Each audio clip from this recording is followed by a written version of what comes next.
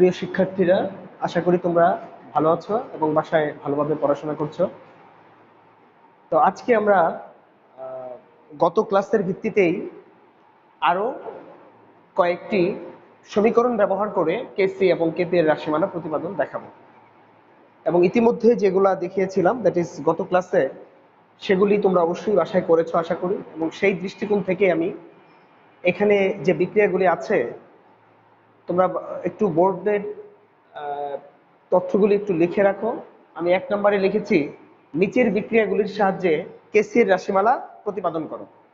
অর্থাৎ এখানে আমি 3টা বিক্রিয়া দিয়েছি, আমি এখন এখান থেকে একটা বিক্রিয়া করাবো, বাকি 2টা বিক্রিয়া তোমাদের বাড়ির কাজ। অর্থাৎ বাসায় 1 নম্বর বিক্রিয়াটাকে অনুসরণ করে 2 এবং 3 তোমরা করবে। তো গত ক্লাসে করিয়েছিলাম একটি সাধারণ বিক্রিয়া ব্যবহার করে, তোমাদের হয়তো মনে আছে এবং পড়েছো। এ আর বি ব্যবহার করেছিলাম বিক্রিয়ক হিসাবে এবং সি ও ডি ব্যবহার করেছিলাম উৎপাদ হিসাবে। তো সেই দৃষ্টিকোণ থেকে আমরা চিন্তা করব আজকে কেসি এর রাশিমালা নিচের 3টি বিক্রিয়ার সাহায্যে কিভাবে প্রতিপাদন করা যায়। তো শিক্ষার্থীরা, তোমাদের অবশ্যই মনে আছে ভরক্রিয়ার সূত্রটি। ভরক্রিয়ার সূত্র ব্যবহার করেই মূলত আমরা আজকে প্রথম প্রশ্নটির উত্তর করব। একইভাবে 2 নম্বর প্রশ্ন আমি দিয়েছি ভরক্রিয়া সূত্রের সাহায্যে কেপি এর রাশিমালা প্রতিপাদন। এখানেও আমি 2টি বিক্রিয়া দিয়েছি, একটি বিক্রিয়া আমি করে দিব, আরেকটি বিক্রিয়া তোমরা বাসায় করবে। তাহলে মোটামুটি ভাবে কেপি এবং কেসি এর রাশিমালার প্রতিপাদন আমরা কিভাবে করব বা শিখব এটা জানা হয়ে গেল। তাহলে আমি তোমাদের কেসি এর রাশিমালা প্রতিপাদন দেখাবো এখন প্রথম বিক্রিয়াটির সাহায্যে। তো শিক্ষার্থীরা, তোমরা লক্ষ্য করো, প্রথম বিক্রিয়াটি হচ্ছে নাইট্রোজেন হাইড্রোজেনের সাথে বিক্রিয়া করে অ্যামোনিয়া গ্যাস উৎপন্ন করেছে। এই বিক্রিয়াটিতে ভরক্রিয়ার সূত্র প্রয়োগ করে আমরা কিভাবে কেসি এর রাশিমালা প্রতিপাদন করব, আজকে এটা আমি দেখাচ্ছি।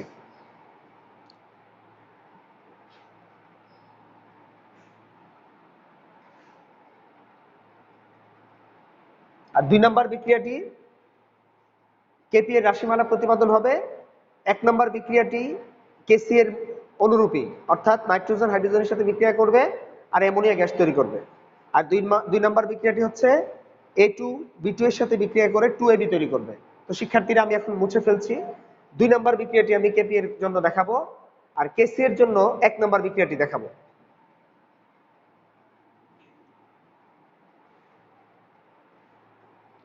ধরে নাও এটা একটা উদ্দীপক, তোমাকে উদ্দীপক দিয়েছে 1 নম্বর বিক্রিয়াটি নাইট্রোজেন হাইড্রোজেনের সাথে বিক্রিয়া করে অ্যামোনিয়া গ্যাস তৈরি করে। তাহলে আমরা লিখতে পারি উদ্দীপকের বিক্রিয়াটি হলো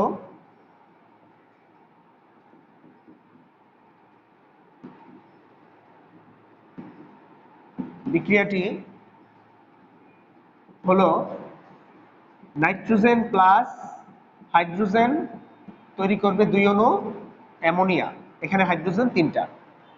তাহলে এবার আমরা কেসি এর রাশিমালা প্রতিপাদন করব। কেসি এর রাশিমালা প্রতিপাদন। তাহলে শুরুতেই আমরা ভরক্রিয়ার সূত্র প্রয়োগ করে আমরা দেখতে পারি ভরক্রিয়া সূত্র হতে আমরা লিখতে পারি, লক্ষ্য করো আমরা কি লিখতে পারি, অগ্রমুখী বিক্রিয়ার হার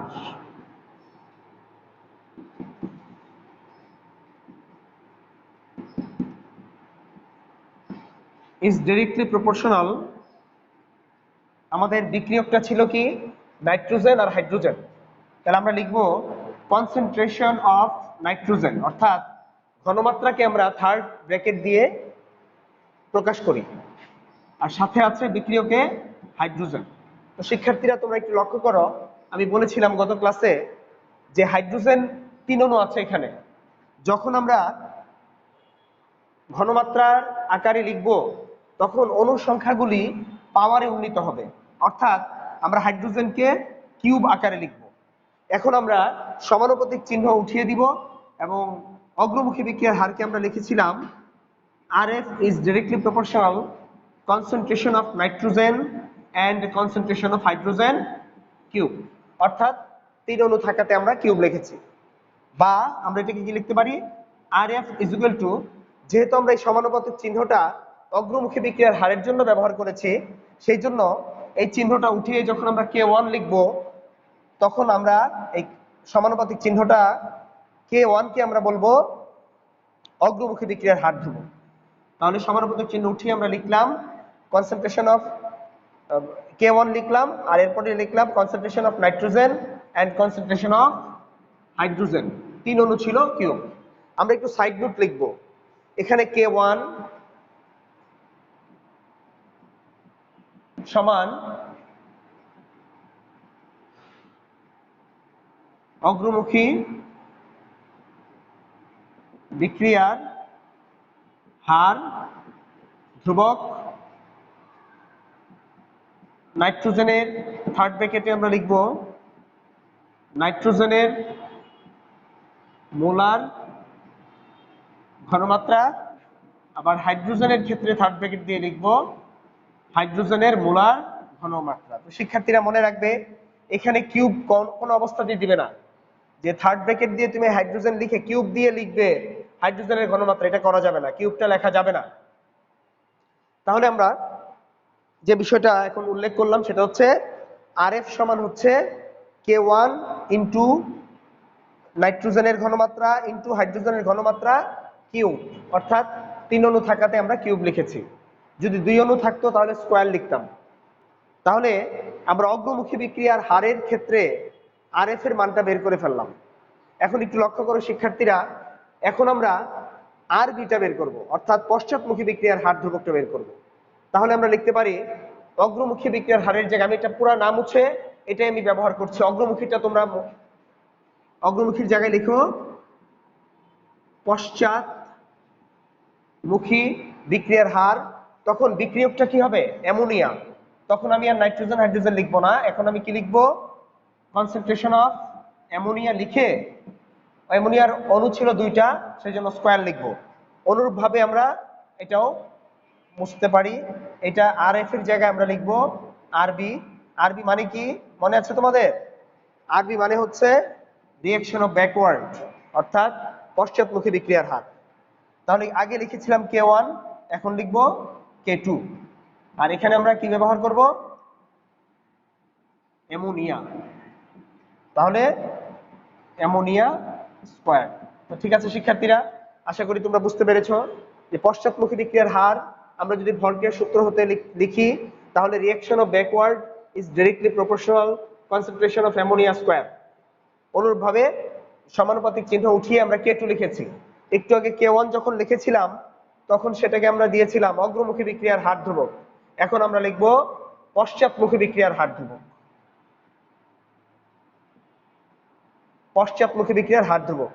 আর এখন আমরা অ্যামোনিয়া NH3 লিখে আমরা লিখব অ্যামোনিয়ার মোলার ঘনমাত্রা। তাহলে শিক্ষার্থীরা লক্ষ্য করো, একটু আগে আমরা RF এর মান বের করেছি, এখন বের করেছি RB। তাহলে মনে করে দেখো সাম্যাবস্থা আসলে কাকে বলে, আমরা সেই সাম্যাবস্থার সংজ্ঞা থেকে এখন আমরা এই গাণিতিক রূপটা বের করব। সাম্যাবস্থা কি?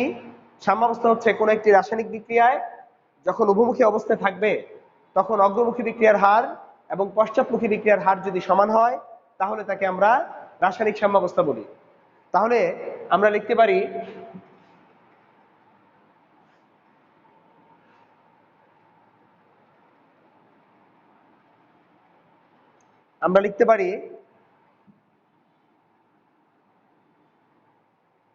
এবার লিখবো, আমরা জানি সাম্যাবস্থায় অগ্রমুখী বিক্রিয়ার হার এবং পশ্চাৎমুখী বিক্রিয়ার হার সমান হয়, অর্থাৎ RF is equal two RB। তো তোমরা একটু লক্ষ্য করো, RF এর মান আমরা পেয়েছিলাম কোনটা, K1 into nitrogen into hydrogen cube is equal two, RB পেয়েছিলাম কি, K2 ইন্টু অ্যামোনিয়া স্কোয়ার। তাহলে আমরা এখন কি লিখতে পারি, বা K1/K2, K1 এর সাথে যেটা ছিল তাহলে সেটা কোথায় চলে যাবে, গাণিতিক নিয়ম অনুযায়ী নিচে চলে যাবে, আর উপরে যেটা ছিল প্রোডাক্ট যেটা ছিল সেটা চলে যাবে উপরে। কারণ আমরা শিখেছি কেসি মানে হচ্ছে উৎপাদের মোলার ঘনমাত্রা উপরে থাকবে, আর বিক্রিয়কের মোলার ঘনমাত্রা এক হলে নিচে থাকবে, একাধিক হলে গুণ আকারে লিখবো, আর অন্য সংখ্যা বেশি হলে ওটা পাওয়ারে উন্নীত করব। তাহলে শিক্ষার্থীরা লক্ষ্য করো, K1 একটি ধ্রুবক, K1 ও একটি ধ্রুবক। তাহলে দুইটা ধ্রুবককে আমরা কমন একটা ধ্রুবক লিখতে পারি, কারণ আমরা কেসি এর রাশিমালা প্রতিপাদন করব। তো লিখতে পারি এখানে K1/K2 সমান কেসি ধরি। সি কেন ধরলাম, কারণ সি এর দিয়ে আমরা বুঝাচ্ছি ঘনমাত্রা বা কনসেন্ট্রেশন, এই জন্য আমরা কেসি যেহেতু বের করব বা ঘনমাত্রা বের করব সেই জন্য আমরা কেসি ধরেছি। সুতরাং K C is equal to ammonia square নিচে নাইট্রোজেন ইন্টু হাইড্রোজেন কিউব। তাহলে শিক্ষার্থীরা তোমরা বুঝতে পেরেছো,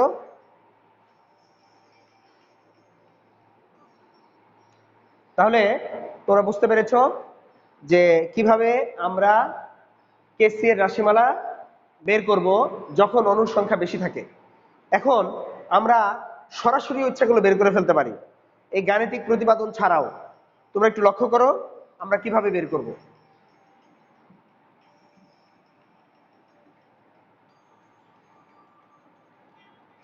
তাহলে একটু লক্ষ্য করো আমরা কিভাবে এটা লিখতে পারি।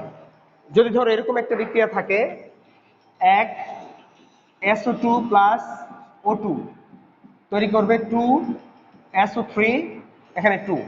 2 নাম্বার বিক্রিয়া তোমাকে দিল, ধরো এরকমই দিল A2 প্লাস B2 উভমুখী তীর 2AB। সেক্ষেত্রে আমি সরাসরি বের করে ফেলতে পারি। 1 নাম্বার বিক্রিয়ার ক্ষেত্রে কেসি হবে, আমরা কি শিখলাম, উৎপাদের মোলার ঘনমাত্রা। তাহলে উপরে কি আছে, উৎপাদ SO3, বিক্রিয়ক SO2 ইন্টু O2, আর উপরে একটু লক্ষ্য করো আমরা এখানে প্রোডাক্ট 2 অণু পেয়েছিলাম 2SO3, এই জন্য স্কোয়ার, আর এখানে রিঅ্যাকটেন্টে সালফার ডাইঅক্সাইড ছিল 2টা, এই জন্য স্কোয়ার। তাহলে আমরা সরাসরিও বের করে ফেলতে পারি কেসি এর মান। আবার 2 নম্বর বিক্রিয়ার ক্ষেত্রে একটু লক্ষ্য করো, এটার মান কেসি আমরা সরাসরি বের করব।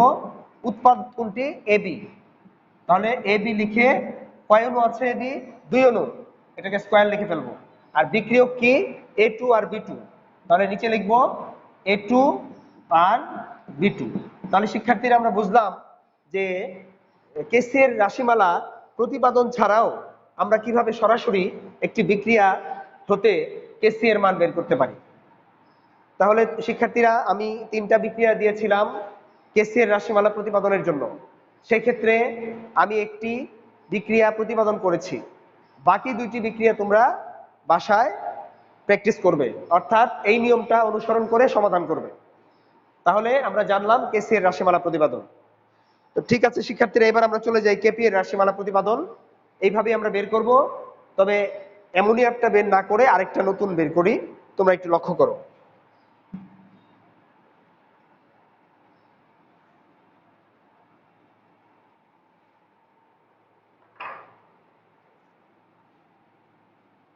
কেপি এর রাশিমালা প্রতিপাদন, যখন কোনো নির্দিষ্ট বিক্রিয়া থাকবে,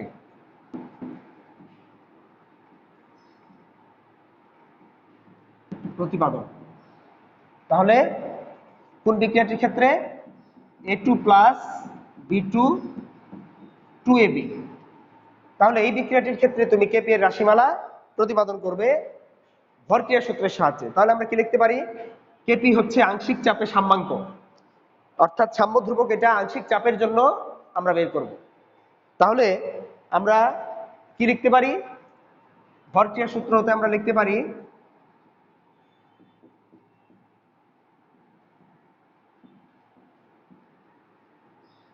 আমরা লিখতে পারি কি পারি, অগ্রমুখী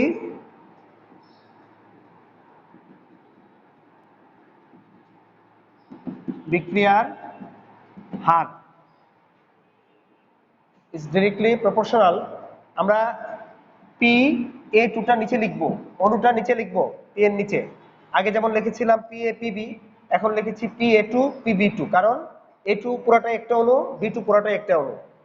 তাহলে একইভাবে পি বি টু। তাহলে আগের মতোই আমরা লিখতে পারি আর এফ অগ্রমুখী বিক্রিয়ার হারকে আমরা আর এফ দিয়ে প্রকাশ করব, is directly proportional P A two into P B two. সুতরাং আমরা সমানুপাতিক চিহ্ন উঠিয়ে আমরা আগের মতোই লিখব K one into P A two into two P. আমরা সাইডে এগুলোর পরিচয় দিয়ে দিব। এখানে সে আগের মতোই লিখো অগ্রমুখী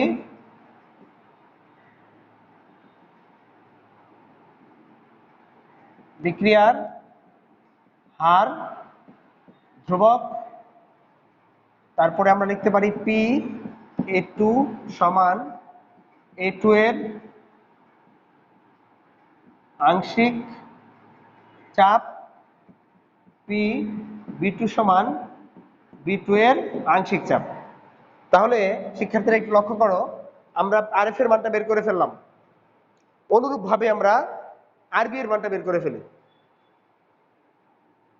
তাহলে আমরা আরবিটা কি লিখতে পারি তোমরা একটু লিখে নাও সাইডে। এখানে কে ওয়ান সমান অগ্রমুখী বিক্রিয়ার হার ধ্রুবক, পি এ টু সমান এ টু এর আংশিক চাপ, পি বি টু সমান বি টু এর আংশিক চাপ।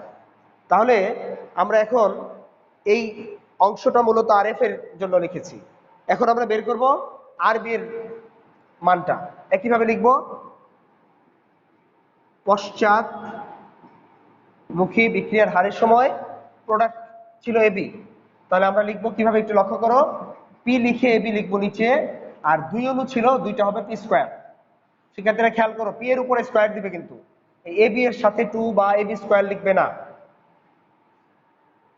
তাহলে এখন আমরা কি লিখতে পারি, আমরা লিখতে পারি বা R B is directly proportional P A B square, বা আর বি সমান K two into P A B square. তাহলে শিক্ষার্থীরা তোমরা এখানেও সে আগের মতো সাইড নোট দিবে। এখানে কে টুটা কি লিখবে, এখানে কে টু হলো পশ্চাৎমুখী বিক্রিয়ার হার ধ্রুবক, আর পি এর সাথে আমরা নিচে এ বি লিখেছিলাম, এটা হবে এ বি গ্যাসের আংশিক চাপ। তাহলে আমরা আর এফ বের করেছি একটু আগে, এখন আবার বের করলাম আরবি। তাহলে আমরা কি লিখতে পারি,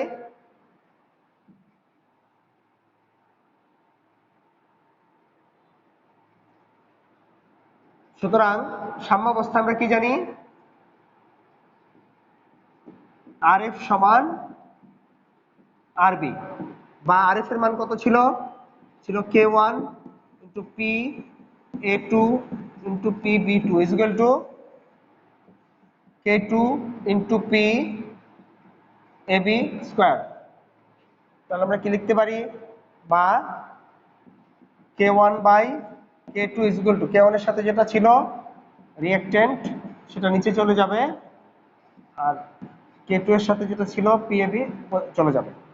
তাহলে সেক্ষেত্রে লক্ষ্য করো, আমরা এখানে কে ওয়ান একটি ধ্রুবক, কে টু একটি ধ্রুবক, এই জন্য এটার জন্য আমরা একটা কেপি ধরি, যেহেতু আমরা কেপি এর রাশিমালা বের করবো কেপি এর, সেই জন্য এই দুইটা ধ্রুবককে একটা কমন ধ্রুবক কেপি ধরে আমরা লিখতে পারি। সুতরাং কেপি সমান উপরে পি এ বি স্কোয়ার, নিচে P A two P B two, এই হলো কেপি এর রাশিমালা। তাহলে শিক্ষার্থীরা আশা করি তোমরা বুঝতে পেরেছো, এবং এর বাইরে কয়েকটা বিক্রিয়া আমি দিয়েছি, সেই বিক্রিয়াগুলি তুমি দেখে কেপি এবং কেসি এর রাশিমালা বাসায় বের করবে।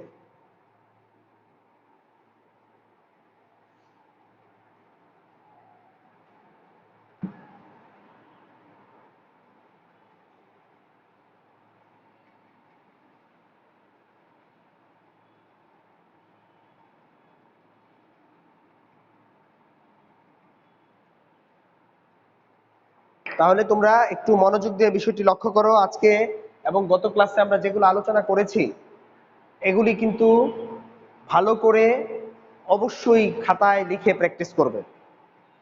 শুধু দেখে দেখে মনে রাখবে এরকম আশা করবে না, অবশ্যই বাসায় খাতায় লিখে প্র্যাকটিস করবে, কারণ এগুলি হচ্ছে গাণিতিক প্রতিপাদন। তোমার কোথাও যদি একটু ভুল হয়ে যায় তাহলে তোমাকে আর নাম্বার দেওয়া যাবে না। সেই জন্য তোমরা অবশ্যই কেপি কেসের রাশিমালাগুলি যখন করবে তখন অবশ্যই সতর্কতার সাথে করবে, যাতে কোনো অবস্থাতেই কোনো জায়গায় কোথাও ভুল না হয়। তো শিক্ষার্থীরা, আমরা এতক্ষণ আমরা শিখলাম কেপি এবং কেসি এর রাশিমালা প্রতিপাদন।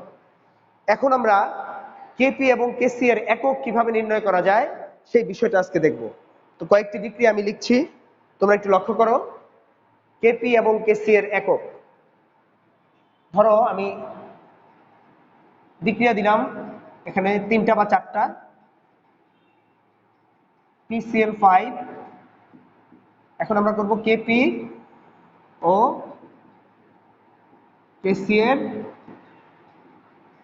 একক নির্ণয়, অর্থাৎ এককগুলি আমরা কিভাবে বের করব। তাহলে এটাকে PCl ক্লোরিন লিখতে পারি।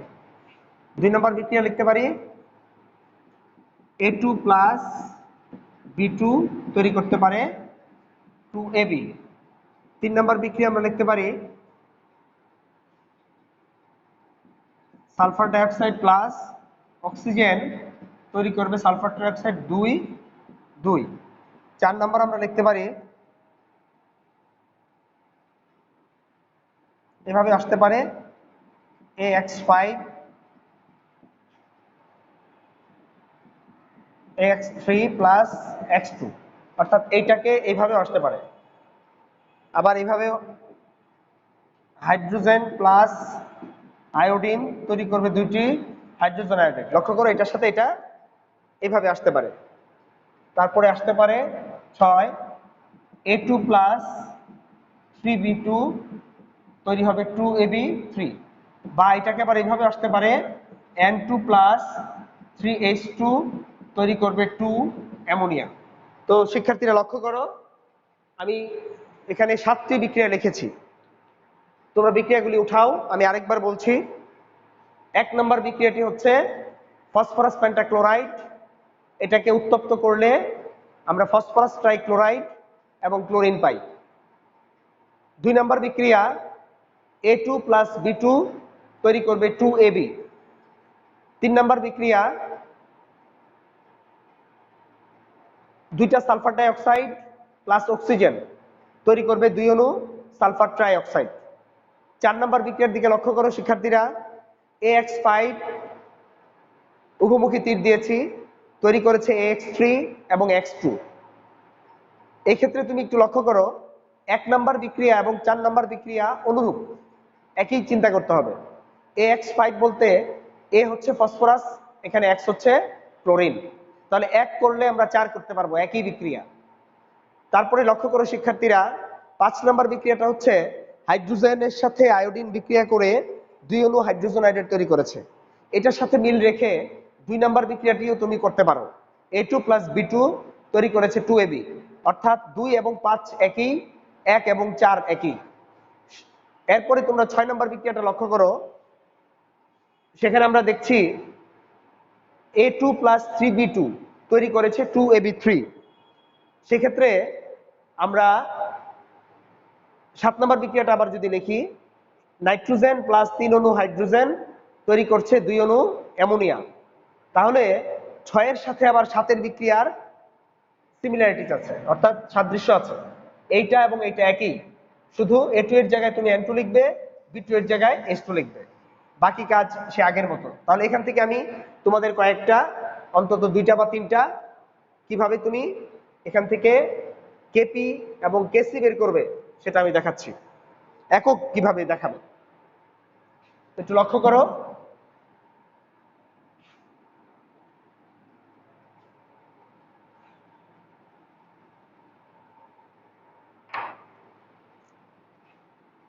ধরো PCl5, এই বিক্রিয়াটি উত্তপ্ত করলে কে ফসফরাস ট্রাইক্লোরাইড এবং ক্লোরিন পাওয়া যায়। সুতরাং এর মান কেপি কি হবে, P PCl3 into P chlorine, নিচে পি PCl5, এবং এটার কেসি কি হবে, থার্ড ব্র্যাকেট আমরা দিব প্রোডাক্টের। ইতিমধ্যে আমরা শিখেছি, এখন আমরা সরাসরি করতে পারবো। নিচে PCl5। তাহলে শিক্ষার্থীরা লক্ষ্য করো, এখন আমার উদ্দেশ্য হচ্ছে কেপি এর একক বের করা এবং কেসি এর একক বের করা এই বিক্রিয়াটির ক্ষেত্রে। তাহলে আমরা কিভাবে বের করব? তা আমরা চাপের একক, অনেক একক আছে, অ্যাটমসফিয়ার আছে, প্যাসকেল আছে, তা আমরা অ্যাটমসফিয়ার ব্যবহার করব। তো লক্ষ্য করো, ফসফরাস ট্রাইক্লোরাইডের অণু একটি, এই জন্য আমরা একটি এটিএম লিখব। এটিএম মানে অ্যাটমসফিয়ার। আবার ক্লোরিনেরও এক অণু আছে, এই জন্য আমরা কি লিখব, আরেকটি অ্যাটমসফিয়ার, এটিএম। নিচে ফসফরাস পেন্টাক্লোরাইডের অণু কয়টা আছে, একটা, আবার লিখব এটিএম। তাহলে আমি কি পাচ্ছি, ইজুগেল টু এটিএম। তাহলে আমরা জানলাম এই বিক্রিয়ায় কেপি এর একক হচ্ছে এটিএম। এখানে এটা কাটা গেলে একটা এটিএম থাকে। তো শিক্ষার্থীরা তোমরা লক্ষ্য করো কিভাবে করলাম, বিষয়টা কঠিন নয়। আমরা অণুর সংখ্যার উপর ডিপেন্ড করে চাপের একক ব্যবহার করব। তো বিক্রিয়াটিতে ফসফরাস ট্রাইক্লোরাইড হচ্ছে একটি, এক অণু, এই জন্য একটি এটিএম লিখেছি। ক্লোরিনও এক অণু, এই জন্য একটি এটিএম লিখেছি। অনুরূপভাবে ফসফরাস পেন্টাক্লোরাইড অণু কয়টি, একটি, এই জন্য একটি লিখেছি।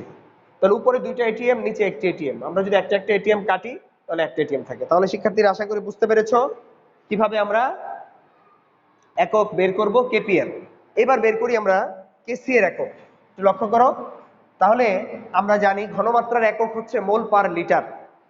ঘনমাত্রার একক কি, মোল পার লিটার। তাহলে PCl3 অর্থাৎ ফসফরাস ট্রাইক্লোরাইডের জন্য একটি মোল পার লিটার, আরেকটি ক্লোরিনের জন্য মোল পার লিটার, নিচে একটি অণু মোল পার লিটার। তাহলে লক্ষ্য করে শিখা, এটা কাটা গেলে আমার একক থাকতেছে মোল পার লিটার বা মোল ইনভার্স লিটার। তাহলে একটু লক্ষ্য করো কিভাবে আমরা কেপি এবং কেসি এর একক নির্ণয় করি। আমি আবার বলছি, তুমি লক্ষ্য করো কেসি এর মানটা আগে সরাসরি বসাবে। কেসি এর মান কোত্থেকে বের করলাম আমরা, এটা আমরা বের করেছি ভরক্রিয়া সূত্রের সাহায্যে। ভরক্রিয়া সূত্রের সাহায্যে এটা আমরা বের করেছি। তাহলে প্রথমে আমরা কি লিখলাম, উৎপাদের মোলার ঘনমাত্রার গুণফল উপরে লিখেছি, এবং বিক্রিয়কের মোলার ঘনমাত্রা যেহেতু একটি, বিক্রিয়ক PCl5 প্রোডাক্টের সময় একটি নিচে লিখেছি। সেই ক্ষেত্রে ফসফরাস ট্রাইক্লোরাইডের আমরা কি লিখলাম, একক, ঘনমাত্রার একক হচ্ছে মোল পার লিটার। এই যে মোল পার লিটার, এটা কার জন্য, একটি PCl3 অণুর জন্য। অনুরূপভাবে ক্লোরিন অণুর জন্য কয়টি, একটি মোল পার লিটার। একইভাবে ফসফরাস পেন্টাক্লোরাইডের অণুর সংখ্যাও কিন্তু একটি, সেই জন্য আমরা আবার লিখেছি নিচে একটি মোল পার লিটার। তাহলে উপরের একটি মোল পার লিটার, নিচের একটি মোল পার লিটার ক্যান্সেল হবে, থেকে যায় মোল পার লিটার। তাহলে শিক্ষার্থীরা আশা করি তোমরা বুঝতে পেরেছ কিভাবে আমরা এককগুলি বের করতে পারি। আমরা আরেকটা দেখাচ্ছি, যেটা দেখাবো তোমরা দেখবে এটার কোনো একক থাকে না শেষে।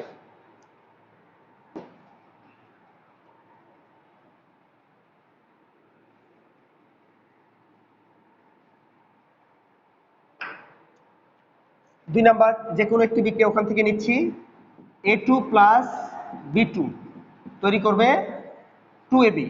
তাহলে শিক্ষার্থীরা লক্ষ্য করো, আমরা জানি কেপি সমান product AB P square, P A2 into P B2। একইভাবে এটার কেসি সমান কি হবে, কনসেন্ট্রেশন অফ AB স্কোয়ার অর্থাৎ প্রোডাক্ট, নিচে বিক্রিয়কের গুণফল A2 ইন্টু B2। তাহলে একটু লক্ষ্য করো, আমরা ইতিমধ্যে শিখেছি কিভাবে আমরা করব এটিএম, কিন্তু পি স্কোয়ার আছে, এই জন্য আমরা এখন লিখব এটিএম স্কোয়ার, নিচে এটিএম, আবার আরেকটা এটিএম। তাহলে নিচেও এটিএম স্কোয়ার, উপরে এটিএম স্কোয়ার, তাহলে ইজ ইকুয়াল টু 1। আমরা ব্র্যাকেটে লিখবো একক বিহীন, তার মানে একক নাও থাকতে পারে। কখন একক হবে না, যখন বিক্রিয়ক এবং উৎপাদের অণুর সংখ্যা সমান হয়, তখন একক আর থাকে না। তো অনুরূপভাবে আমরা কেসিটাও বের করি, মোল পার লিটার স্কোয়ার, নিচে মোল পার লিটার, মোল পার লিটার। তাহলে উপরেও মোল পার লিটার স্কোয়ার, নিচেও মোল পার লিটার স্কোয়ার। তাহলে উপরে নিচে একই হতে এক, এটাও একক বিহীন। তাহলে শিক্ষার্থীরা আমরা এতটুকু জানতে পারলাম যে বিক্রিয়ক এবং উৎপাদের অনুসংখ্যা যদি সমান হয় তাহলে বিক্রিয়ায় কেপি এবং কেসি এর মান বা একক থাকে না।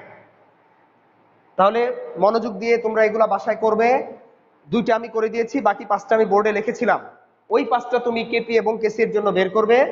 আশা করি তোমরা বাসায় পড়াশোনা করবে এবং কোনো কারণ ছাড়া ঘর থেকে বের হবে না, এই আশাবাদ ব্যক্ত করে আজকের মতো এখানেই অনলাইন ক্লাস শেষ করছি। তোমরা ভালো থেকো, আল্লাহ হাফেজ।